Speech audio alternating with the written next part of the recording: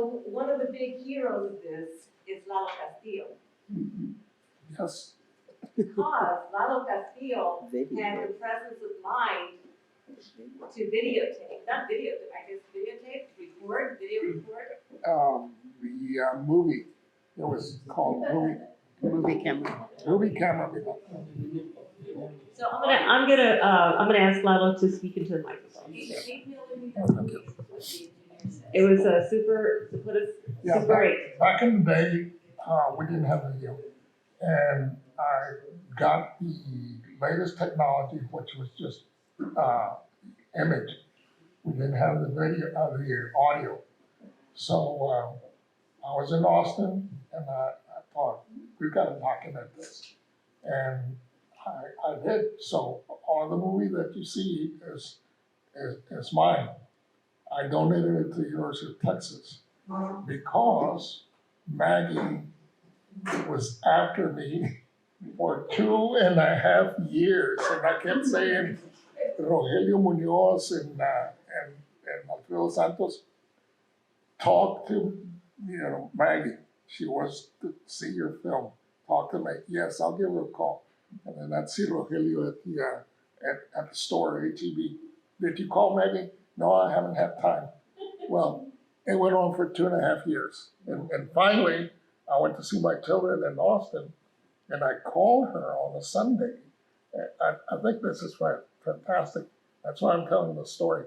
Because I called her on a Sunday, and I said, this is Lalo Castillo, and from Uvalde, blah, blah, blah. Oh, I'm so glad. But I'm just going to be here today. Well, she didn't hesitate.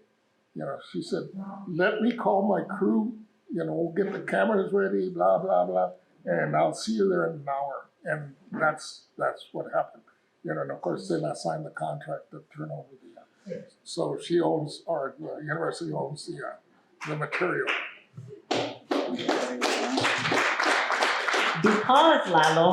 Because we recognize what gold that is.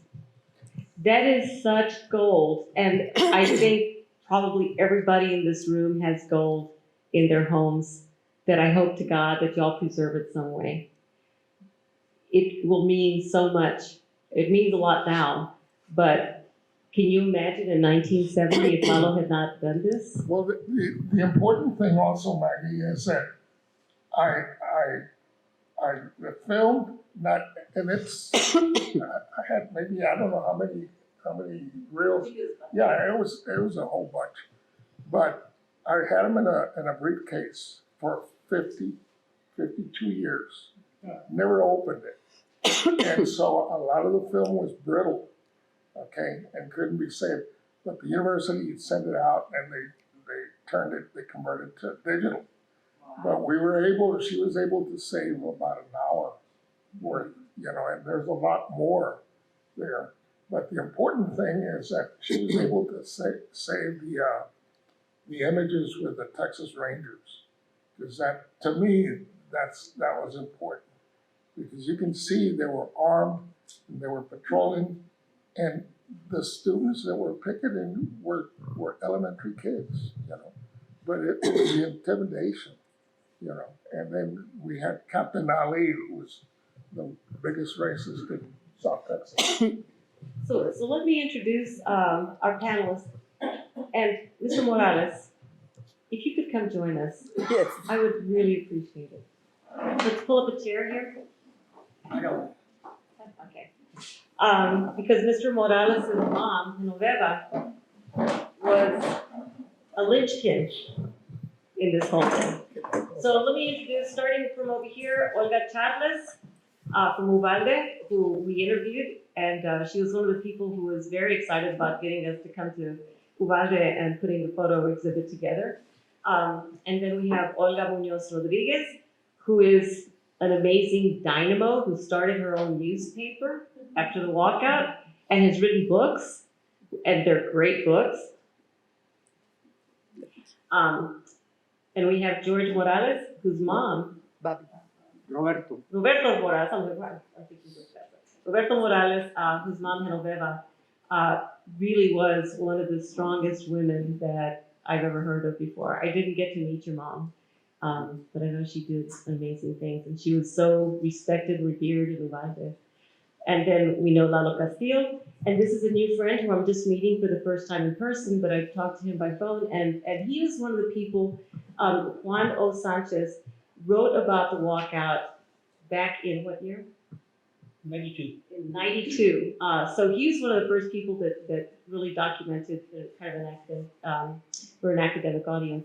So what I'd like for us to do is, if we could start off with Olga Chavez about how you think now, it's not only been since 2016, but now with the retrospect of all these more years, how do you think, you could pass the microphone to her, how do you think the walkout changed you personally?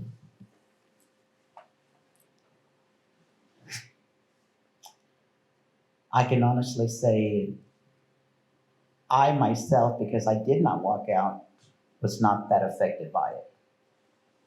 I graduated from high school and I left. Now, the ones that were left behind,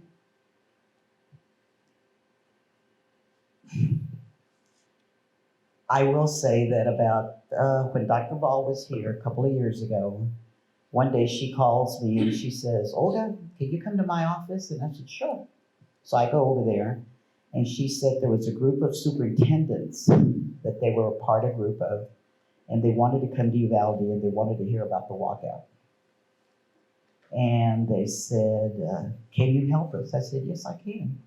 So I go to the car and I called Alfredo Santos and Elia Perez. And I said, they will be here in a month. It was a school day, and they both said they would be here.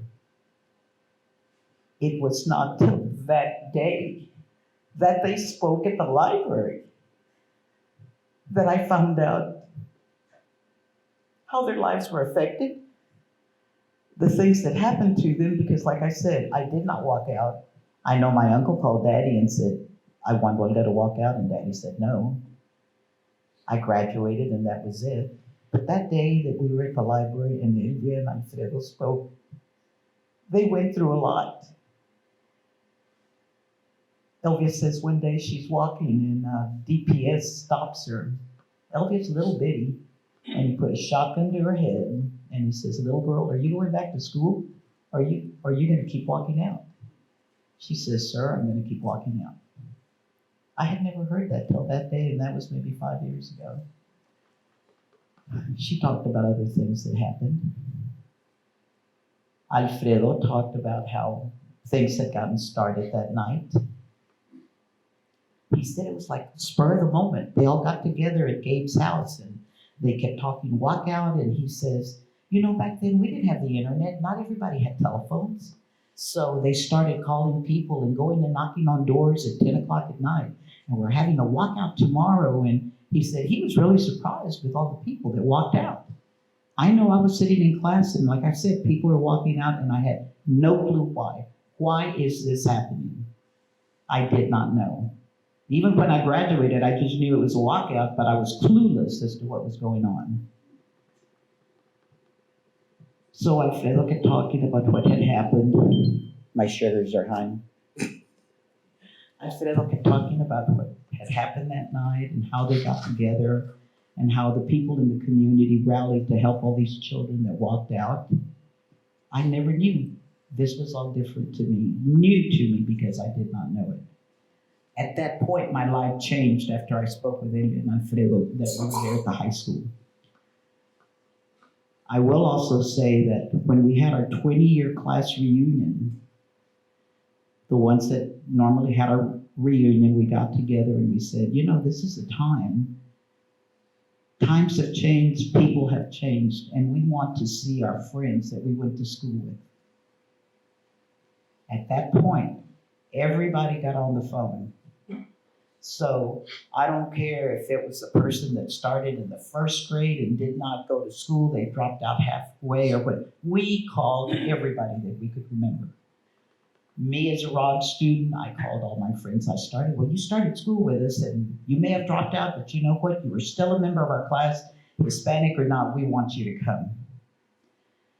We called everybody.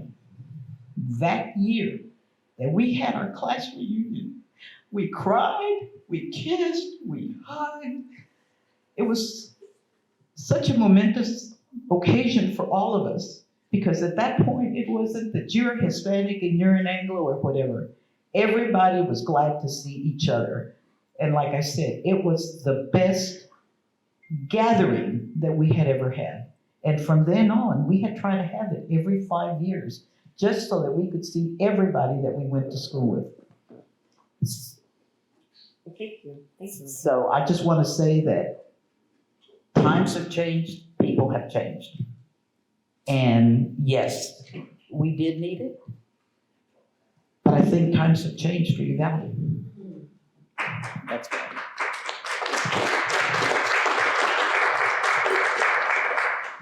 I was 26 years old when the walkout began. My son was 17 months old. But I wanted to help the parents because it was so overwhelming. And we wanted for the community to understand why we were walking out. And so an organization was formed, the Mexican American Parents Association. Francis Ibarra became our first president, and then Genoveva Morales. And I became the secretary. So my role in the walkout was to write news releases from MAPA. And that wasn't too new to me because I had been writing letters to the editor for a number of years. I had complaints about the school system for many years. So in answer to your question, the way I changed it was that I became more determined to tell our stories, to get the point across, that we didn't have to continue. We tried with all our heart to convince the Anglo community what it had been like for us to go to school, to have this indifference from the teachers. We could feel it. You talk about class reunions, I see it a little bit differently because we were segregated in the elementary schools, but when it came to junior high and high school, we came together. But most of us didn't know how different it was gonna be with Anglo students among us. We could cross in the hallways, we could sit side by side in classrooms, but we could not become friends. It was an established custom culture that has been embedded in this town and in every town in South Texas. Anglos do not associate with Mexicans. If their child begins a friendship with a Mexican, it was not allowed. And so that's how we grew up. We were side by side, but worlds apart. And so I think I became more determined to make changes and to create understanding. And yes, there were some wonderful teachers, and I thank my English teacher who encouraged me to write. And if I don't say anything else today, the parents that are here, the grandparents that are here, and take it out of here, encourage children to study our history, to write our stories. Every time one of my friends passes away, I cry because their stories are dying with them. And so that's my plea today to you, is to encourage kids to become historians. And this is another opportunity for me to say how grateful I am for the authors of this book, for Maggie, for Benicio Cinta, who wrote the chapter about the Uvalde school walkout, and all the students that are now involved in doing these interviews. If it weren't for them, these stories will be lost. And the story of Uvalde is the story of Crystal City, the story of Sabinal. Every community in South Texas has a divided community. We have the poor section of town that never gets the pavement the sidewalks, the lighting, the sewer, we're all the same way. And so when this book, it's from communities all over Texas and beyond, but what happened to Blacks happened to us. And I am personally inspired by the determination of the Black community. They opened the doors for us. We followed in their paths. And so history is history. It happened, it's not gonna change, but it's up to us to change it, to make it better. And it's up to us to write our stories and fight like hell against critical race history. How can it be that it's better not to know our stories? How can it be that it's better to whitewash history because it's healthier for who?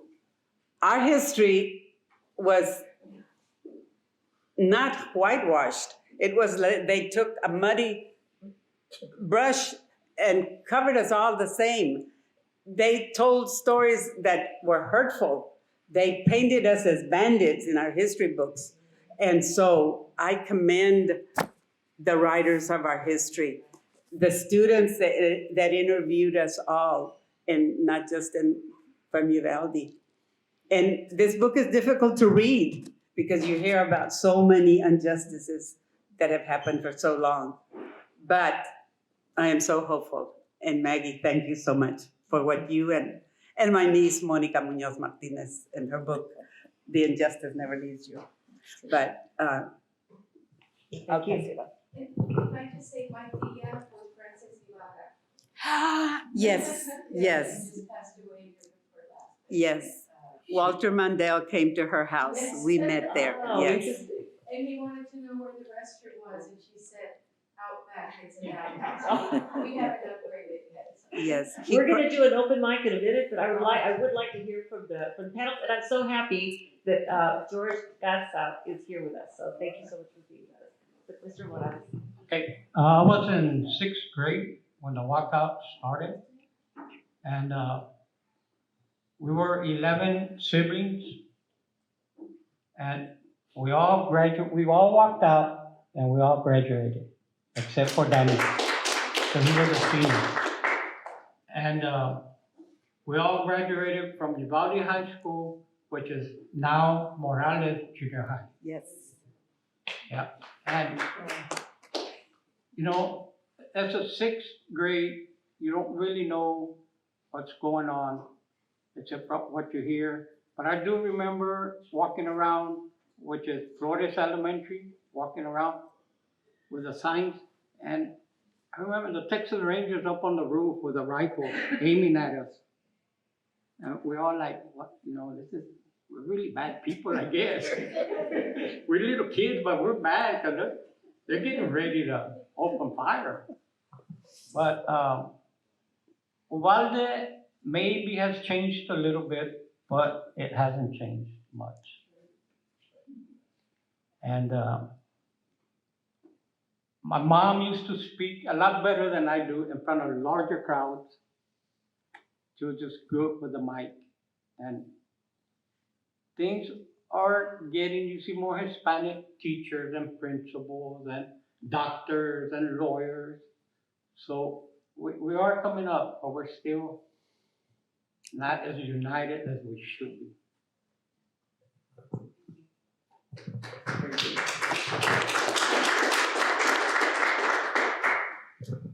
One of the things that that happened at Uvalde after the walkout, and a lot of people don't understand, and I always talk about this, and that is that before 1970, we didn't have a single elected official. And if you go back in history, the newspapers, whatever, not a single one. And I think at one time, before 1970, we had one individual, one Mexicano that was appointed because he was the token Mexicano. But before that, none, okay? Nobody ran for office. Mexicanos didn't file for any post. And I'm talking about not even constable, the lowest, nada. After 1970, we energized a lot of people. You know? We were about 60% Mexicanos back then. And we had the numbers, our population was good. But during the walkout, we only had about, and I'm guessing about 25% of those 60 that were supporting us. The rest of the Mexicanos didn't want anything to do with us, called us communists, outside agitators, even though I was born and raised here. And, it was just very, very difficult because we were dealing with, the support that we had was about 25%. And that's very important because out of those 25%, those people that were elected and ran for office after 1970 came from those 25%. Okay? And they were elected. The reason Morales Junior High is Morales is because of the Mexicanos that were elected to positions of decision making. The reason that the Civic Center is Willie de Leon, Sergeant Willie de Leon, because of Olga and the Mexicanos that were elected. Okay? Flores, the same thing. In other words, if we hadn't motivated these people, they wouldn't have run for office, and then those decisions wouldn't have been made. The white representatives wouldn't consider naming a school or the Civic Center on Mexicano. I mean, that was a given. Now, the thing that bothers me to this day is we have a lot of Mexicanos in positions today, but not all of them are pro-Mexican American. And, I've been interviewed because of the tragedy at Rob. I've been interviewed by a lot of news media. And the reason is not because I'm popular, but because I experienced the walkout, and then, and then also I was a student at Rob. And they asked me, what's the difference between 70 and today? You have a lot of brown people on the boards. And my answer is yes, but those are the children, for the most part, not all of them. Those are the children of the 35% that were not with us and were against us. And they grew up with the same philosophy. Okay? And so even though they're holding office, it's like a white person holding office. Okay? Sad. So, pardon me? I just said it's sad. Yeah, it's very, very sad. We have the numbers, but we've been converted little by little. We've been assimilated, and we forget our culture. And a lot of us are ashamed of our culture. We change our names. We don't want, it's amazing. But that's happening. But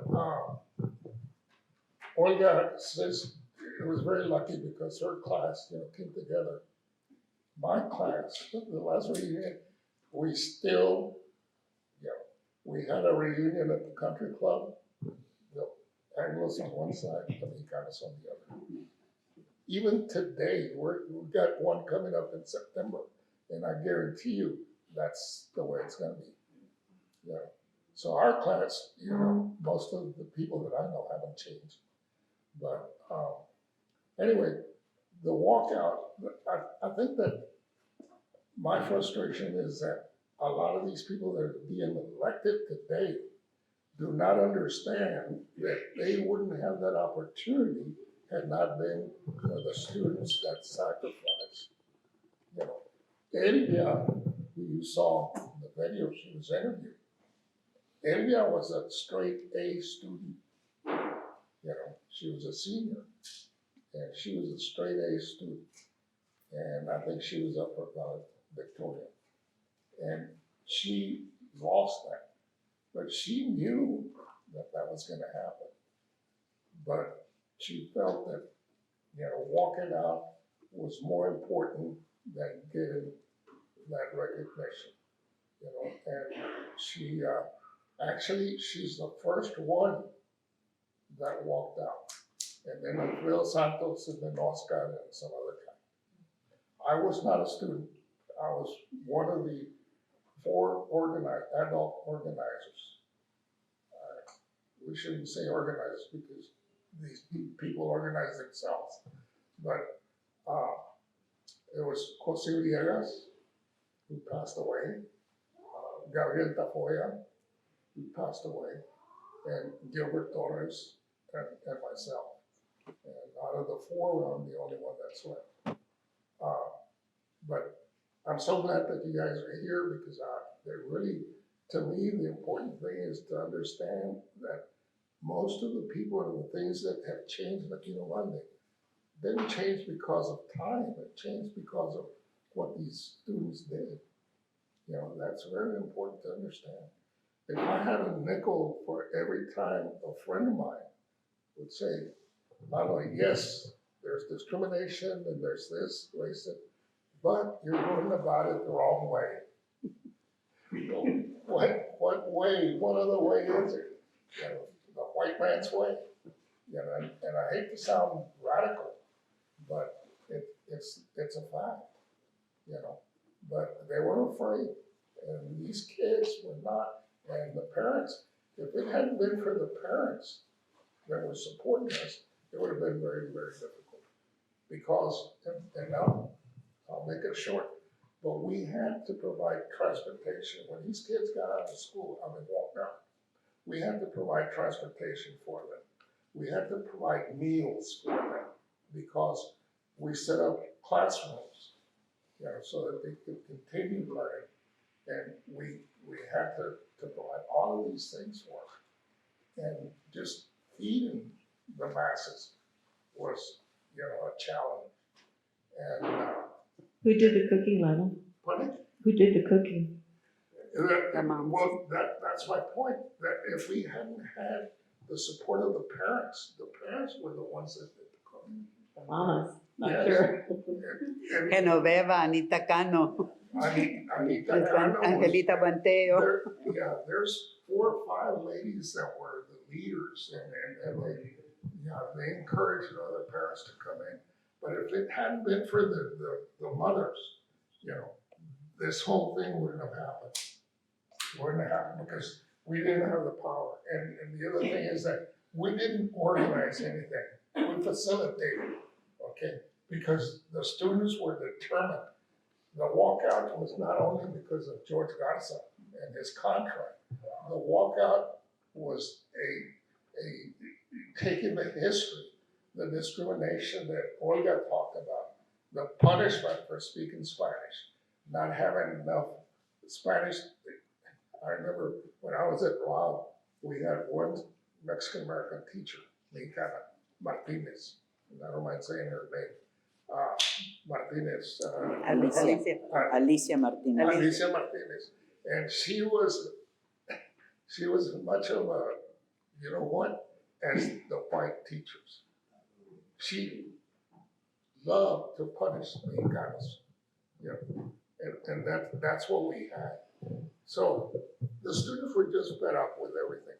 So the walkout, he was a catalyst, George, but there was a lot of issues that were underlying that a lot of people didn't know. But most of us experienced that. Thank you. Thank you.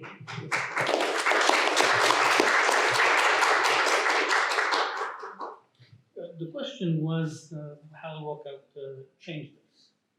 And I have to say that I was not here during the walkout. I arrived in 1981, but I could feel that there was something hanging over Uvalde. I couldn't figure out what it was. And it wasn't until some years later that I realized that a walkout had taken place, and I didn't know about that. I can't remember how it is that I found out. And so I figured, well, I'll write about it for my master's thesis, which is how I collected all the data and put the book together for my master's thesis. What I did get out of the walkout, which I had not understood up until that point, was the effect that the Ku Klux Klan had, not only on this community, but in every other community that you can think of throughout Texas. I began to take a look at it. It piqued my interest. When I was a kid, I was always reading mystery books. And so when I stumbled upon the issue of the Klan here in Uvalde, it was supposed to be this secret organization, the Invisible Empire. And so I wanted to know what secret it was. The only thing secret about it is their names, which you can now obtain here because I obtained all their archives, and you can now come and read the names of the individuals that were Klan members because they're part of the archives. But what I came to realize is that typically when you read about the Klan or see a movie about the Klan or anything that deals with the Klan, it's typically Klan against African Americans.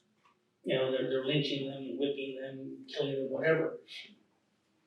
But as I began to study, I began to realize that just like the Klan existed here, Klan of 279, and blacks were next to insignificant by then, here. Population-wise, right? Population-wise, yes. But you have the Klan in Corpus Christi, in Falfurrias, in San Juan, in Laredo, in El Paso, Yuma, Arizona, along the border, San Diego, California. And my question was, well, if the Klan is there, where's the African Americans? And I came to understand that what the Klan did to African Americans, they did to Hispanics. Same thing. They cut their heads off, they mutilated them, they buried them alive, burned them, branded them, pretty much everything. And so I wanted to find information with regards to what the Klan did to Hispanics. It took me about, let me see, I began in 1918. It took me 20 some odd years before I finally wrote the book that I wanted to write on the Klan. And I'm sorry that I don't have any copies with me. In case you're interested, and you want a copy of this flyer, it's the Ku Klux Klan Campaign Against Hispanics, 1921 to 1925. It's one of 2.5 books that I've written on the Klan. I'm currently working on another one. I've got about 3 others in mind that I'm looking at. The Klan, by virtue of the philosophies, the religious philosophies, the cultural philosophies, the racist philosophies, left an exceedingly conservative influence, not only in Uvalde, but in every community that ever existed. And that conservative influence of what I call a superiority complex. Oh, and by the way, I'm one of those individuals whose books will probably be burned and banned. Which is quite all right. But it left such a conservative influence. And it's an influence that has been with us for something like 300 years. A very conservative, cultural, social influence of white supremacy. And it's still with us today. It's sad to say we have an individual running for president who, says that immigrants are, going to take the blood. By the way, if you listen to him about tainting the blood of America. The Klan was saying that in the 1920s. I can quote it out of the book for you if you'd like. But this conservative influence that had left, and let me say that the Klan established itself here in 22. It came out officially in 23. There were, based upon the last tweaks that I did on the information, nearly 400 individuals that were members of the Klan. In Uvalde? In Uvalde. So the list that is here is incomplete because I went back and took a look at the minutes. So let me interrupt you just for a second. So this was 1923, so how does that affect 1970? Because of the conservative nature. The what? Conservative nature, the philosophy of the Klan, the racist philosophy, the white cultural supremacy. So 1970 comes around, and by the way, the Klan was still meeting as late as the 1980s, the surviving members. They were still seeking members in the 1970s and 1980s. That idea of this racial cultural supremacy was such that, and I can sum it up in one statement that I got when I interviewed Al Dishman, who was the president, I believe, of the school board. School board, yes. I interviewed Al Dishman when I was working on the master's thesis, and so I was asking him why it was that there was so much of opposition to giving into the demands of MAPA and the changes that were being sought by the Hispanic community. And his reply was, well, it would have neutered Uvalde. Meaning, if you neuter Uvalde, it means that whites then lose their position of authority, their position of power. It's not neutering because Hispanics themselves would be neutered, but you would be neutering, just like you would a dog or a cat or whatever. You would be neutering white society in Uvalde. Okay? Interesting, because they use a sexual kind of metaphor there too. Well, in a way, yes, but Like weaken them. it's a weakening aspect from their perspective. So if we could hurry along, because I want to make Yes. sure to have, at 5:30, we're gonna have a hard stop to start having a little reception, so I want to make sure that we get time for it, George. Okay. Anyway, that's how it changed me. It set me on this course to pursue the information concerning the Klan and what it did to Hispanics. The reason you don't find that information is because, and a lot of people here know what they knew, Klan members were also police officers. They were also members of the Texas Rangers. The mayor here was, there was more than one mayor here that was a Klan member. One was a judge, there was a number of commissioners, various positions in the city. So in effect, it was a coercive type of organization that was able to suppress what was taking place, what was being done to the Mexicanos. And that's part of the secret as well.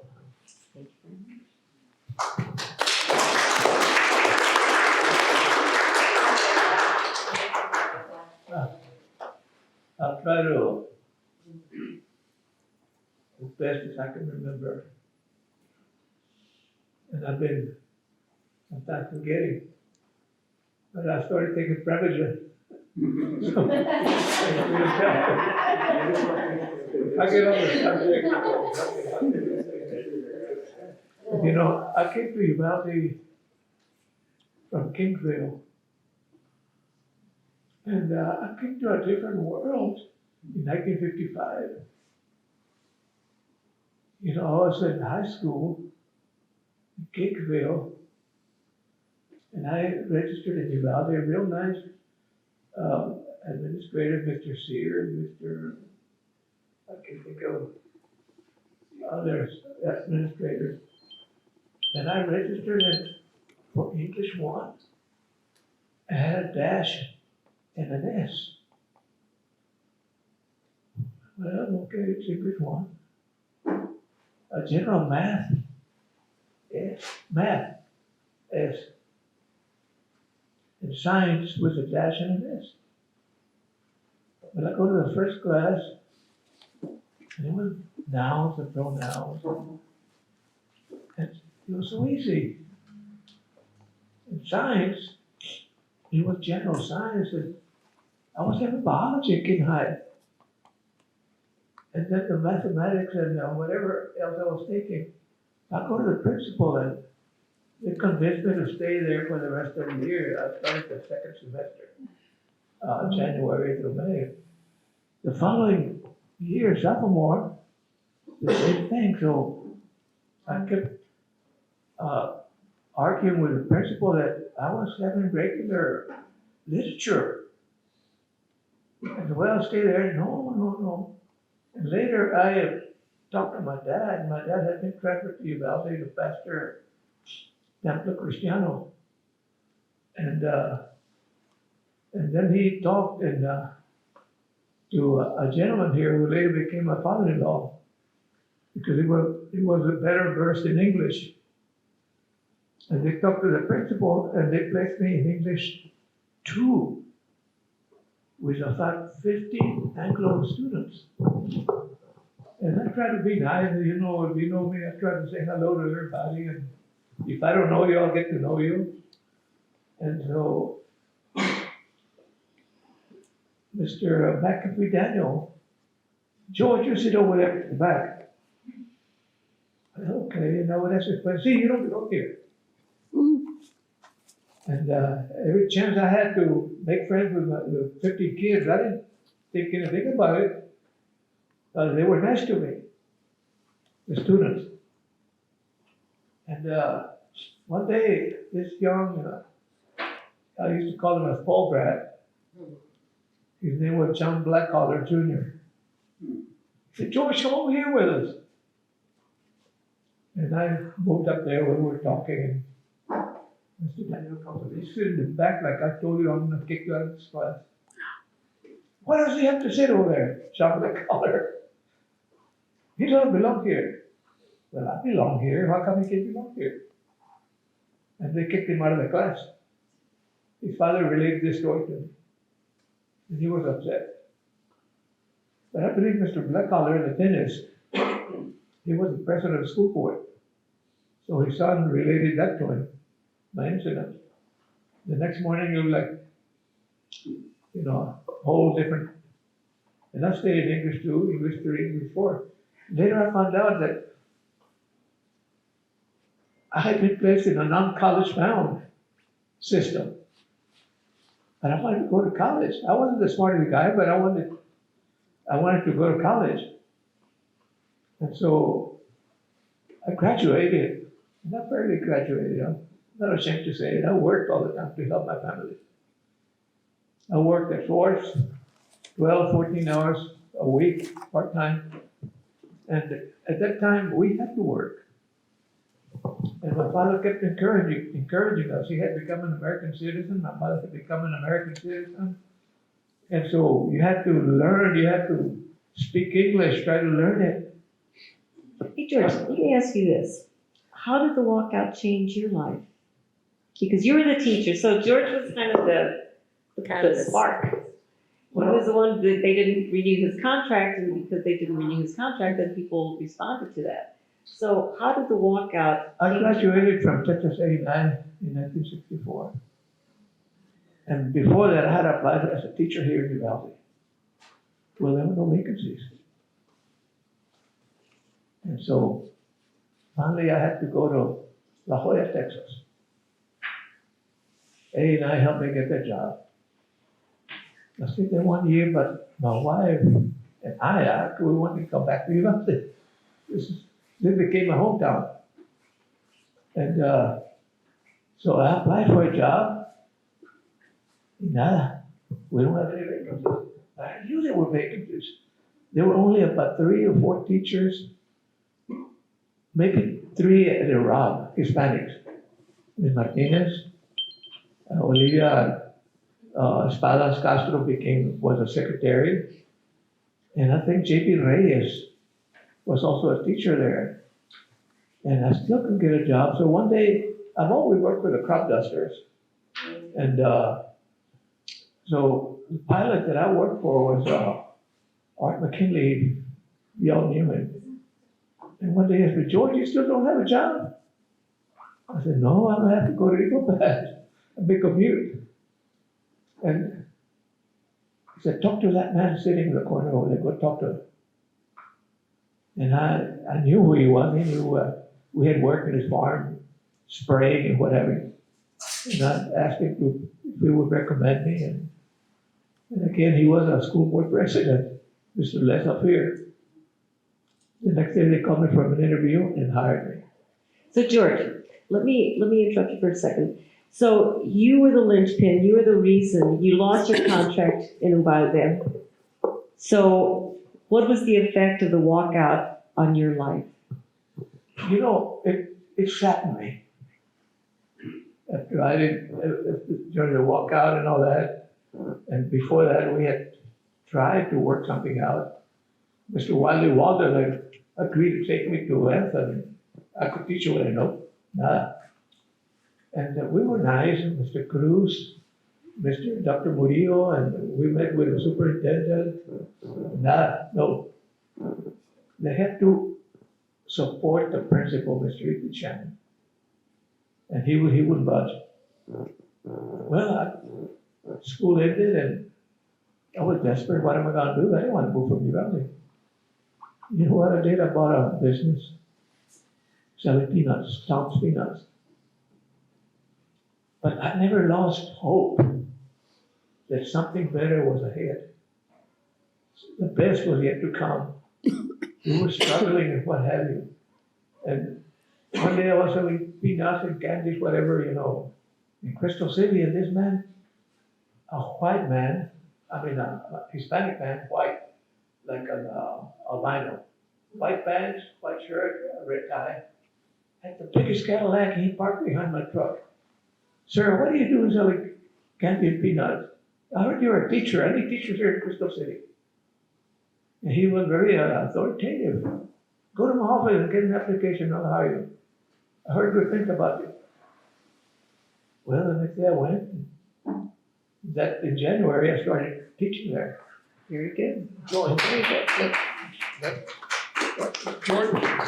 George is very modest, but the way that I see that the walkout changed him.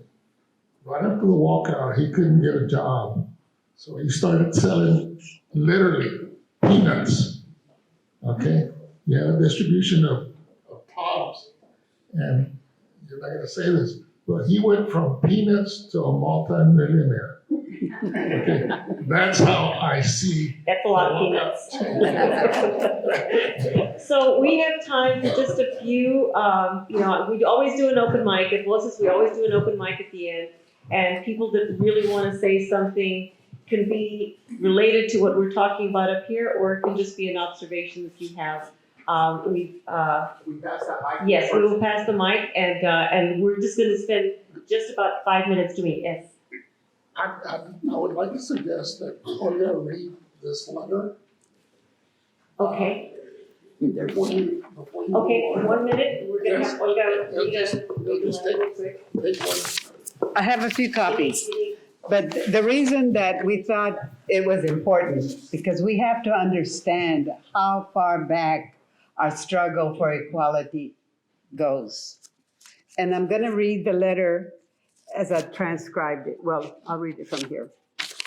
This is a letter written by the Ku Klux Klan in the, I'm gonna say 1800s, maybe early 1900s. Cirilo Mata was a deputy sheriff, and he also had a business. And if you know Boo Ibarra, if you remember the Torres family, Mr. Cirilo was an activist. He wanted his children to go to the Anglo schools because our schools were just shacks and they were not maintained, and he knew his kids would not be educated. So the Ku Klux Klan came up with this handwritten letter that says, "Dear Cirilo Mata, Señor, we have listened to your prattle about race equalization." And then it's illegible. "We are tired of it. Now, Señor, as Americans, the better half of your race, as a committee, we command that you shut your mouth and be contented with you sending your children to the unmixed schools, as has been done heretofore.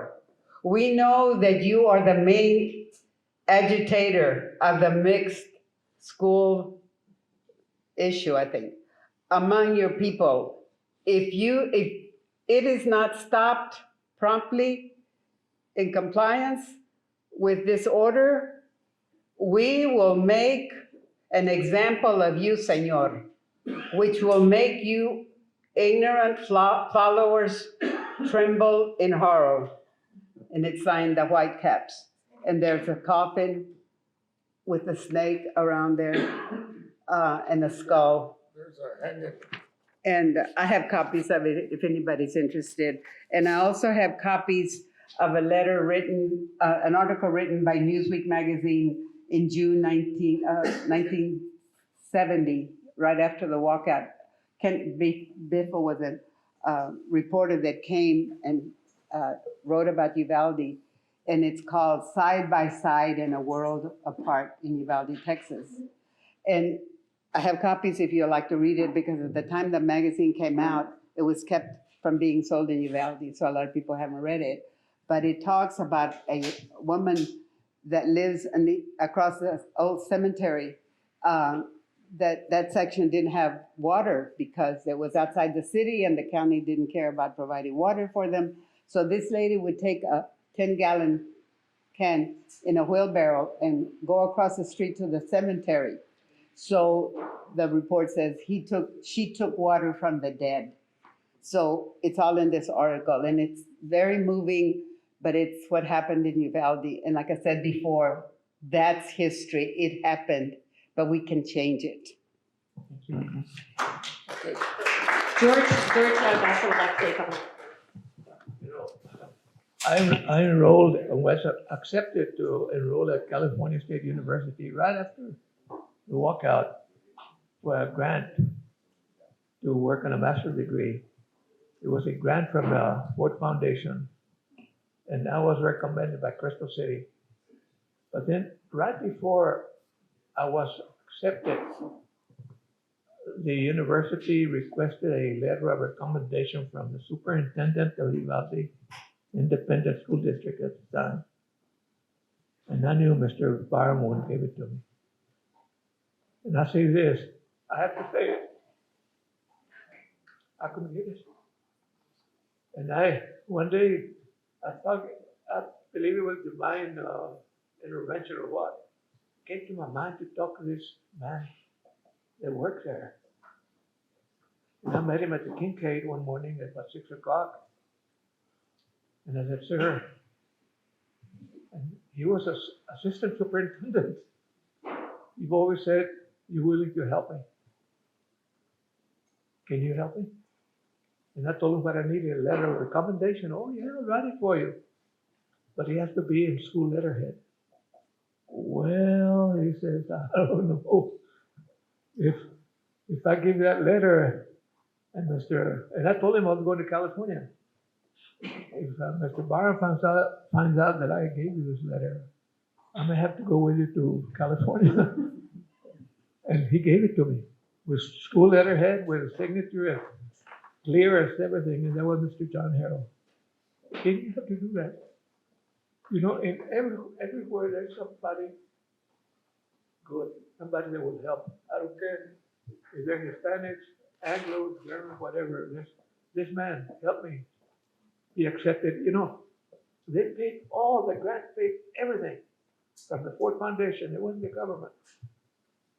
And they paid me a stipend of $700 a month. Free housing, because I was a veteran. And in California, CalVed would provide free housing, or subsidized housing, whatever. And then my GI Bill kicked in.